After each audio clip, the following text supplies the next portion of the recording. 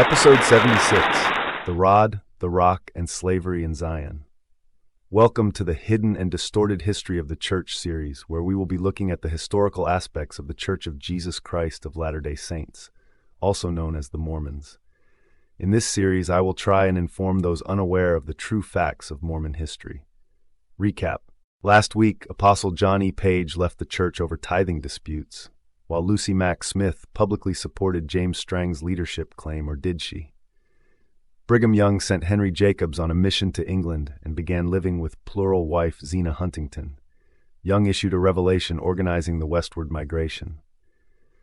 Former apostle William McClellan formed a breakaway church. Parley P. Pratt made the first public statement linking priesthood denial to race. Whitmer joined a rival faction as prophet in September. By mid-1847, none of the original Book of Mormon witnesses remained with Young's church. On July 24th, Young entered the Salt Lake Valley, beginning Mormon settlement in the west. This week, Brigham Young staked out the Salt Lake Valley for the Salt Lake Temple, while Utah became the only Western territory to legally protect both African and Native American slavery. The California gold rush erupted, fueling mass migration, while the Treaty of Guadalupe Hidalgo returned Utah to U.S. jurisdiction, undermining Mormon aspirations for a self-governed enclave. Oliver Cowdery quietly rejoined the church, and settlers faced massive cricket infestations known as the Miracle of the Gulls. Brigham Young declared the State of Deseret, which Congress ignored. Meanwhile, the 49ers surged west, with opportunists like Samuel Brannan profiting massively from the gold rush, while Salt Lake served as a key transit hub. This is an episode you do not want to miss. Part 1, Rods, Chains, and Gold. On July 28, 1847, Brigham Young wasted no time staking his claim. Marching into the Salt Lake Valley, he pointed between the forks of City Creek and declared, "Here will be the temple of our God." The Religious Studies Center at Brigham Young University later confirmed, President Brigham Young's first matter of business upon entering the Salt Lake Valley in July 1847 was to locate the place to build a temple in which the saints could make sacred covenants with God. Decades later, a curious detail surfaced in retrospective accounts. Young may have used Oliver Cowdery's divining rod to choose the site. By 1901, Apostle Anthon H. Lund openly conceded that it is said Young relied on the rod, while Heber C. Kimball's recollection was even blunter. Brigham Young selects the site of the Salt Lake Temple by using Oliver Cowdery's divining rod. Cowdery was no stranger to such tools. Long before his partnership with Joseph Smith, he already had a reputation for dabbling in folk magic. Historian D. Michael Quinn documented these accounts, noting that while they appear in later tradition rather than July 1847 records, they reflect an enduring association between early LDS leadership and divinatory practices. The saints didn't just bring superstition into the desert, they brought systems of exploitation. In 1847, Utah became the only Western territory to openly enshrine slavery into law. This was no vague tolerance. Territorial statutes explicitly protected the ownership, sale, and trade of human beings. The law targeted both African Americans and Native Americans, creating a dual system of bondage that revealed the social and economic priorities of Mormon leadership. African slavery in Utah was small in numbers, but the law's existence was the point. It made Utah stand out in the West, not for its faith, but for legally protecting human bondage, while neighboring territories edged toward abolition. Native American slavery, disguised under the euphemism of apprenticeship, was even more widespread. Children were seized, stripped of their culture, and forced into labor for Mormon settlers. These were not isolated abuses. Historians make clear they were sanctioned by law, defended by leaders, and carried out in plain sight of a nation already fractured over slavery. From the Missouri Compromise to growing abolitionist pressure elsewhere in the West. By writing bondage into law, Utah's leaders weren't passively reflecting the times. They were deliberately embedding exploitation into the territory's foundation, granting settlers the full legal cover to profit from African and indigenous lives under the guise of labor and order. Meanwhile, across the Sierra Nevada, a different kind of fever was brewing. On January 24, 1848, James W. Marshall struck gold at Sutter's Mill in Coloma, California, triggering the California Gold Rush. Within months, the West swarmed with fortune hunters from across the nation and the globe, all chasing the dream of instant wealth. California's transformation from remote Mexican territory to U.S. statehood by 1850 was rapid, ruthless, and irreversible. But the gold rush was never just about shiny metal. It was about conquest. Indigenous communities were driven out, massacred, or enslaved. Rivers were choked with mining debris, hillsides gutted and poisoned. New laws and property systems rose to regulate claims, ensuring that wealth flowed upward while the costs, labor, death, displacement, fell on the powerless. The pattern was set. In the Salt Lake Valley and the Sierra Nevada alike, superstition was used to claim authority. Law was written to cement exploitation, and gold, whether in coin, crops, or human lives, was the fuel that drove it all. Part 2. From Breakaway Colony to Mormon Miracle? On February 2, 1848, the Treaty of Guadalupe Hidalgo slammed the door on the Mexican-American War and redrew the map of the West. Mexico ceded California, New Mexico, and much of present-day Utah to the United States. For the Mormon settlers, this was more than a change on paper. They had fled west to escape U.S. law and carve out a theocratic enclave beyond federal reach. Instead, the treaty yanked them back into U.S. jurisdiction.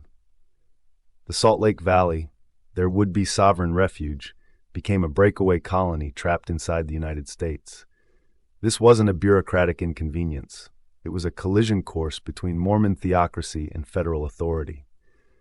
The settlers' dream of a self-governed, religiously controlled society now had to contend with Washington's laws, courts, and political machinery. The result was a tense, uneasy dance. Church leaders scrambling to preserve their iron grip over social and religious life while maneuvering around federal power. Every legal shift, every political maneuver carried the weight of that conflict.